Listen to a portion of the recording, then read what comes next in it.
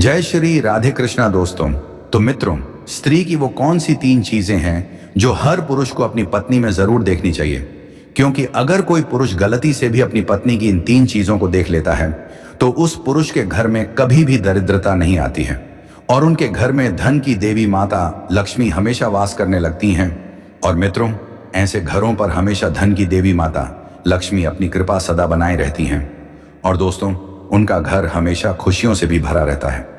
तो दोस्तों, आज के वीडियो में हम आपको यह बताएंगे कि वह कौन सी 3 चीजें हैं जो हर आदमी को अपनी पत्नी की देखनी चाहिए। तो दोस्तों, चलिए आपका ज्यादा समय बर्बाद ना करते हुए चलिए अब कहानी शुरू करते हैं। तो जैसे कि दोस्तों, एक बार भगवान श्री कृष्ण द्वारिका में अपने सोने से सजे हुए सिंहासन पर बैठे हुए थे। तभी अचानक देवी सत्यभामा उनके पास आती हैं।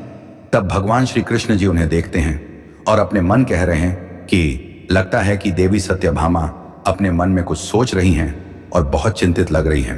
तो फिर मित्रों, भगवान श्री कृष्ण उन्हें इस प्रकार चिंतित देखकर देवी सत्यभामा से कहते हैं कि हे देवी सत्यभामा, ऐसा लगता है कि आप आज किसी प्रश्न को लेकर चिंतित दिखाई दे रही हैं। और आप किस बारे में इतने चिंतित हो रही हैं? और तुम बिना किसी चिंता के मुझे बताएं कि आखिर बात क्या है। कृपया आप हमें बताएं तो सही, हम आपकी सभी परेशानियां जरूर दूर कर देंगे। तो फिर दोस्तों, भगवान श्री कृष्ण की बातों को सुनकर देवी सत्यभामा उनसे कहती हैं कि हे माधव, आज मेरे मन में एक अजीब सा प्रश्न उठ रहा है और मेरा वह प्रश्न यह है कि स्त्री की वह कौन सी 3 बातें हैं जो हर पुरुष को अपनी पत्नी में जरूर देखनी चाहिए और कौन सी उसे बातें अपने ध्यान में रखना चाहिए। और स्वामी स्त्री की वह कौन सी 3 चीजों के दर्शन करने वाले व्यक्ति के घर में कभी भी दरिद्रता का वास नहीं रहता। तब भगवान श्री कृष्ण देवी सत्यभामा से कहते हैं कि हे देवी सत्यभामा, आपका यह प्रश्न वास्तव में बहुत अजीब है, लेकिन यह सभी मनुष्यों के लिए उपयोगी भी है। और आज आपने यह प्रश्न पूछकर संपूर्ण मानव जाति के कल्याण के बारे में सोचा है।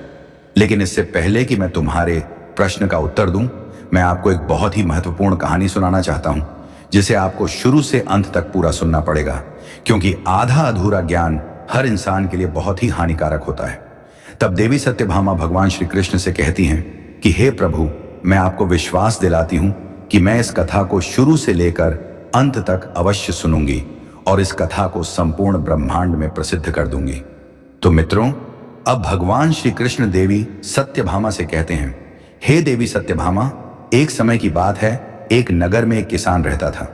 वह बहुत गरीब था और उसके घर में खाना नहीं था। उसके पास कोई सामान भी नहीं था और पहनने के लिए कोई कपड़े भी नहीं थे। वह एक ही कपड़ा पहने रहता था और उसकी पत्नी बहुत खूबसूरत थी और वह उससे बहुत प्यार करता था। लेकिन उसकी पत्नी को अपनी सुंदरता पर बहुत घमंड था। इसी अहंकार के कारण वह घर में अपनी मनमर्जी करती रहती थी। इसलिए किसान को अधिक परेशानी होने लगी थी, क्योंकि अब उसकी पत्नी हर छोटी छोटी बात पर उससे झगड़ने लगी थी और इस तरह उसके घर में रोजाना झगड़े होने लगे थे और उसकी पत्नी भी उसे ताने देती रहती थी। और फिर एक दिन उसकी पत्नी उसे पीटने लगी और उसे ताने मारने लगी और वह उससे कहती थी कि तुम्हारे पास कुछ भी नहीं है, तुम दरिद्र हो। मुझे नहीं पता कि मैंने तुमसे कैसे शादी कर ली है। इस घर में न तो पीने के लिए पानी है, न खाने का सामान और न ही कपड़े। मैं क्या करूं? तुम अब कोई काम भी नहीं करते हो। अपनी पत्नी से ऐसी बातें सुनकर किसान को बहुत बुरा लगा, लेकिन उसे समझ नहीं आ रहा था कि उसके साथ ऐसा क्यों हो रहा है। इसलिए किसान को बहुत चिंता होने लगी और वह किसी भी काम पर ध्यान केंद्रित नहीं कर पा रहा था। फिर धीरे धीरे उन्हें अधिक गरीबी का सामना करना पड़ा। इसलिए उन्हें अपने सारे खेत छोड़ने पड़े, उन्हें अपनी संपत्ति भी बेचनी पड़ी। लेकिन फिर भी उनकी गरीबी में कोई सुधार नहीं हुआ, जिसके कारण वह बहुत परेशान रहने लगे।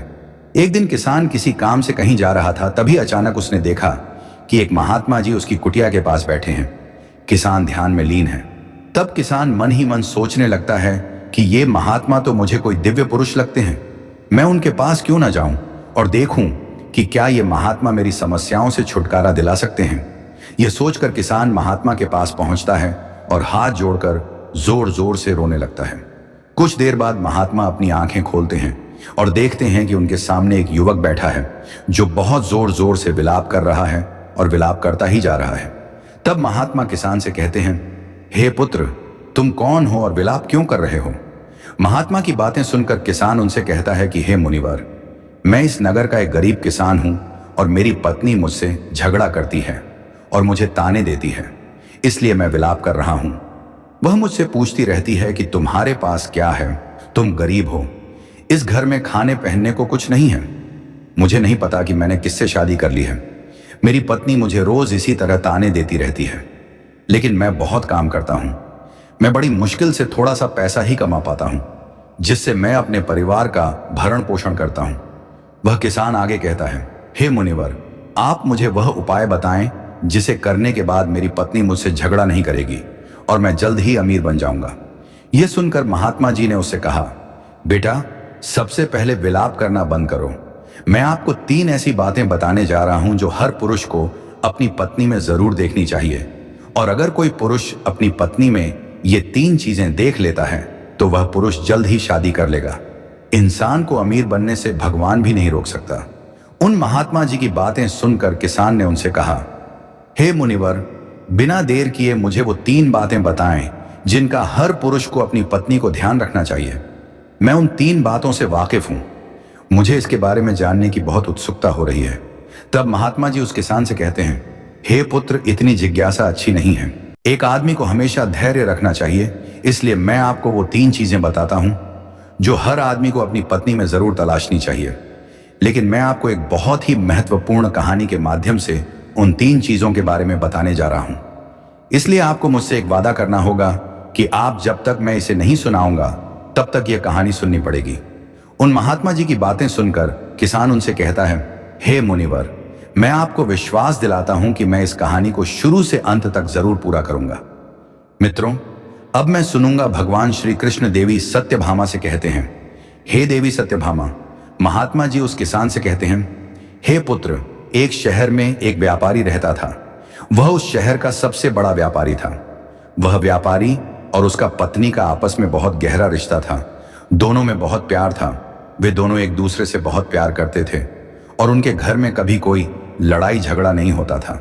बिजनेसमैन और उसकी पत्नी के बीच कभी भी किसी बात को लेकर किसी तरह की झड़प नहीं होती थी। इसलिए उनके घर में सदैव माता लक्ष्मी जी का वास रहता था और उन्हें अपने बिजनेस में कई गुना ज्यादा सफलता मिलती थी। व्यापारी और उसकी पत्नी के बीच इतना प्यार था कि उसके आसपास के लोग भी उससे बहुत प्यार करते थे। उनका प्रेम देखकर लोगों को ईर्ष्या होने लगी, जिसके कारण कुछ स्त्रियां व्यापारी की पत्नी से बात तक नहीं करती थीं। उसकी पत्नी प्रतिदिन शाम के समय अपने घर में दीपक जलाती थी, लेकिन कुछ स्त्रियां उसे ऐसा करने से भी रोकती थीं और कहती थीं कि तुम रोज शाम को अपने घर में दीपक क्यों जलाती हो? इससे तुम्हें क्या लाभ होगा? ऐसा करना तुम्हें ऐसा नहीं करना चाहिए। लेकिन वह किसी की बात सुनकर भी नजरअंदाज कर देती थी और अपनी मनमर्जी करती थी। यहां तक कि वह अपने पति के पास चली जाती थी, यानी वह उस व्यापारी की कोई भी बात नहीं सुनती थी। वह घर को अपनी मर्जी से चलाती थी और वह बिजनेसमैन भी नहीं रुका। उसकी पत्नी ने कोई भी काम करने से मना कर दिया, क्योंकि वह व्यापारी बहुत बुद्धिमान था। वह अच्छी तरह से जानता था कि अगर वह अपनी पत्नी को कोई भी काम करने से मना करेगा तो यह निश्चित है कि उनके बीच झगड़े होंगे और आए दिन झड़पें होंगी, जिससे वह अपने बिजनेस पर ठीक से ध्यान नहीं दे पाएगा और बिजनेस में घाटा होने लगेगा। साथ ही बिजनेसमैन को अपनी पत्नी से भी हाथ धोना पड़ेगा। वह अपनी पत्नी को छोड़ना नहीं चाहता था, क्योंकि वह अपनी पत्नी से बहुत प्यार करता था। लेकिन उसकी पत्नी उससे प्यार नहीं करती थी अधिक, बल्कि वह उस व्यापारी के सामने सिर्फ प्यार का दिखावा करती थी और अपने पति पर गुस्सा भी करती थी। लेकिन किसी तरह वह व्यापारी अपनी पत्नी को मना लेता था। इस तरह दिन बीतते जा रहे थे और वह व्यापारी अपनी पत्नी के साथ खुशी खुशी रह रहा था। फिर धीरे धीरे यह खबर पूरे शहर में फैल गई और अब उस शहर के सभी लोग उस व्यापारी और उसकी पत्नी के इस प्यार की मिसाल देने लगे। फिर जब उस नगर के राजा को पता चला कि वह व्यापारी और उसकी पत्नी एक दूसरे से बहुत प्रेम करते हैं, फिर उसने अपने सैनिकों को बुलाया और कहा कि जाओ और उस व्यापारी और उसकी पत्नी को बड़े सम्मान के साथ महल में ले आओ। हम उनका सम्मान करना चाहते हैं, लेकिन आप उन्हें कुछ न कहें। दोस्तों, भगवान श्री कृष्ण देवी सत्यभामा से कहते हैं, हे देवी सत्यभामा। राजा का आदेश पाकर उसके सैनिक व्यापारी के घर जाते हैं और उसका दरवाजा खटखटाने लगते हैं। फिर थोड़ी देर बाद जब व्यापारी अपने घर का दरवाजा खोलता है, देखता है कि राजा के सैनिक उसके सामने खड़े हैं। तब व्यापारी उन सैनिकों से पूछता है कि आज तुम मेरे घर क्यों आए हो? तब वे सैनिक कहते हैं, चलो राजा ने तुम्हें अपने महल में बुलाया है। फिर राजा के सैनिक उन दोनों को महल में ले आते हैं। महल में पहुंचकर राजा व्यापारी और उसकी पत्नी का बहुत अच्छे से स्वागत करता है और फिर उन्हें कुछ धन देता है। इसे पाकर व्यापारी और उसकी पत्नी बहुत खुश हो गए और खुशी खुशी अपने घर लौट गए। उसके बाद उस नगर का राजा पूरे नगर में घोषणा कराता है कि आज रात व्यापारी और उसकी पत्नी को नगर के हर घर में भेजा जाएगा। व्यापारी और उसकी पत्नी के बीच इतना प्रेम होने के कारण दीपक जलाना चाहिए ताकि उस व्यापारी और उसकी पत्नी के बीच के प्रेम को सराहा जा सके। राजा का आदेश सुनते ही उस नगर के सभी लोगों के घरों में दीपक जलाए जाते हैं, लेकिन उस नगर के सभी घरों में दीपक नहीं जलाए जाते हैं। कुछ देर बाद वे बुझ जाते हैं, लेकिन उस व्यापारी के घर का दीपक अभी भी जल रहा था और उसकी रोशनी दूर दूर तक फैल रही थी। तब उस नगर के राजा ने मन में सोचा कि क्यों ना मैं बाहर जाकर देखूं कि वहां कौन जल रहा है, किसने अपने घरों में दीपक जलाए हैं और किसके दीपक अभी भी जल रहे हैं। मन में इतना विचार कर राजा अपने महल से नगर की ओर देखता है तो देखता है कि नगर के किसी भी घर में दीपक नहीं जल रहा है, परंतु व्यापारी के घर में जल रहा दीपक अभी भी जल रहा है। राजा उस नगर की ओर देख ही रहा था कि तभी उसकी रानी वहां आ जाती है। तभी राजा रानी से कहता है कि रानी जी, नगर की ओर देखो, अभी नगर के किसी भी घर में दीपक नहीं जल रहा है, लेकिन राजा के घर में दीपक जल रहा है। वह व्यापारी अभी भी जल रहा है। इससे पता चलता है कि उस व्यापारी और उसकी पत्नी के बीच कितना प्यार है, और उनके प्यार का कारण वह व्यापारी है क्योंकि वह बहुत बुद्धिमान है और अपनी बुद्धि से अपना घर चलाता है। लेकिन रानी राजा की बात से सहमत नहीं है और राजा से कहता है कि हे महाराज, मैं आपसे सहमत नहीं हूं। मेरे लिए उनकी पत्नी ही उन दोनों के बीच इतने प्यार का कारण है। हे दोस्तों, भगवान श्री कृष्ण देवी सत्यभामा से कहते हैं, हे देवी सत्यभामा। इस बात पर राजा और रानी के बीच काफी देर तक बहस होती है और फिर बात मारपीट तक पहुंच जाती है। राजा और रानी के बीच तलवारें उड़ने लगती हैं। राजा और रानी को बहुत चोट लगती है। तभी अचानक राजा रानी से कहते हैं कि हम इस तरह क्यों लड़ रहे हैं, हम उस व्यापारी और उसकी पत्नी की परीक्षा क्यों नहीं लेते, जिससे यह पूरी तरह से स्पष्ट हो जाएगा कि इतना सब होने का कारण क्या है। मैं प्यार है। रानी भी राजा की बात मान लेती है और कहती है कि ठीक है, पहले मैं उस व्यापारी की पत्नी की परीक्षा लेना चाहती हूं। तब राजा भी कहता है, हाँ ठीक है रानी, तुम जैसी चाहो व्यापारी की परीक्षा ले सकती हो। तब रानी कुछ सैनिकों को बुलाती है और उनसे कहती है कि जाकर व्यापारी से कहो कि यदि वह अपनी पत्नी को मार डालेगा तो मैं उससे विवाह कर लूंगी और राजा को दंड भी दूंगी। मैं उसे पकड़कर कारागार में बंद कर दूंगा। मैं उसे राजा के स्थान पर सिंहासन पर बैठाऊंगा। रानी का आदेश पाकर सैनिक व्यापारी के घर पहुंचे। शाम होने वाली थी और व्यापारी की पत्नी कहीं गई हुई थी, लेकिन व्यापारी घर पर ही था क्योंकि वो थोड़ा बीमार पड़ गए थे। फिर वे सैनिक व्यापारी के घर के पास पहुंचे और उसका दरवाजा खटखटाने लगे। तभी दरवाजे पर दस्तक की आवाज आती है। यह सुनकर वह किसी तरह दरवाजा खोलता है और सैनिक व्यापारी से कहते हैं, सुनो, रानी का आदेश है कि यदि तुम अपनी पत्नी को मार डालोगे तो रानी तुमसे विवाह कर लेगी और राजा को पकड़ लेगी और उसे जेल में डाल दिया। वह तुम्हें अपने स्थान पर सिंहासन देगी और तुम इस नगर पर शासन करोगे। सैनिकों की बातें सुनकर व्यापारी उनसे साफ कहता है कि जाओ और रानी साहिबा से कह दो कि मैं किसी भी हालत में अपनी पत्नी को नहीं खो सकता। मैं ऐसा नहीं करना चाहता क्योंकि मैं अपनी पत्नी से बहुत प्यार करता हूं, और अगर कोई मेरी पत्नी को नुकसान पहुंचाने के बारे में भी सोचेगा तो मुझसे बुरा कोई नहीं होगा। और जहां तक रानी साहिबा से शादी करने की बात है तो आपको रानी साहिबा को बताना होगा कि मैं हूं किसी भी हालत में उससे शादी करने को तैयार नहीं। भले ही वह मुझे अपनी राजगद्दी दे दे, लेकिन मैं अपनी पत्नी की जगह किसी को नहीं दे सकता। फिर उस व्यापारी की बातें सुनकर वे सैनिक महल में पहुंचते हैं और रानी से विवाह कर लेते हैं। वे व्यापारी द्वारा बताई गई बातें बताते हैं। इसके बाद राजा रानी से कहते हैं, देखो वह व्यापारी कितना बुद्धिमान है, और इससे यह स्पष्ट हो जाता है कि व्यापारी और उसकी पत्नी के बीच इतना प्रेम होने का कारण स्वयं व्यापारी है, क्योंकि वह अपनी पत्नी से प्रेम करता है। पत्नी बहुत।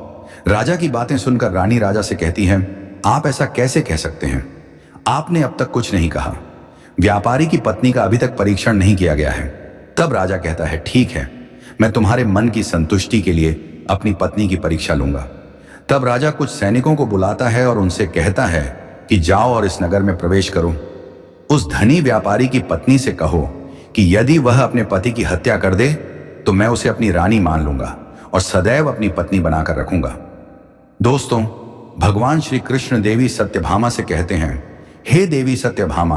अब महात्मा जी उस किसान से कहते हैं, हे पुत्र, आज्ञा पाकर वे सैनिक उस व्यापारी के घर की ओर प्रस्थान करते हैं और उसके घर पहुंचने के बाद जब वे सैनिक जा रहे थे उस व्यापारी के घर, फिर वे देखते हैं कि उस व्यापारी की पत्नी ला रही है पानी। और जब उसकी पत्नी उन सैनिकों के पास पहुंचती है तो वे सैनिक उस व्यापारी की पत्नी से कहते हैं कि राजा साहब ने आदेश दिया है कि यदि तुम अपने पति को मार डालोगी तो राजा तुमसे शादी करेगा और तुम्हें अपनी रानी बनाकर रखेगा।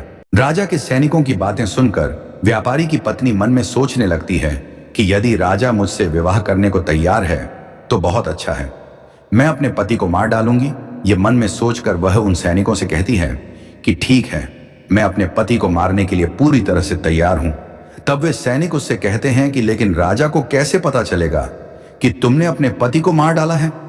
तब व्यापारी की पत्नी सैनिकों से कहती है कि कुछ समय बाद मैं अपने पति को मार डालूंगी और शाम का जो दीपक मैं प्रतिदिन जलाती हूं उसे बुझाकर राजा को संकेत दे दूंगी।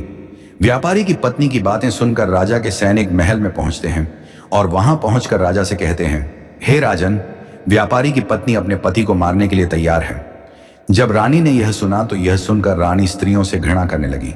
तब राजा ने रानी से कहा कि यह समय ज्यादा सोचने का नहीं है, हमें उस व्यापारी का रहस्य जानने का प्रयास करना चाहिए।